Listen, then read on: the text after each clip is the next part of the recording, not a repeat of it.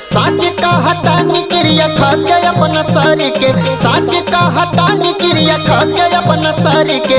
हो गई नी दीवाना तोरे पतरी कमर के, हो गई नी दीवाना तोरे पतरी कमर के, हो गई नी दीवाना तोरे पतरी कमर के, पतरी कमर के रे पतरी कमर के। हो गई नी दीवाना तोरे पतरी कमर के, हो गई नी दीवाना तोरे पतरी कमर के।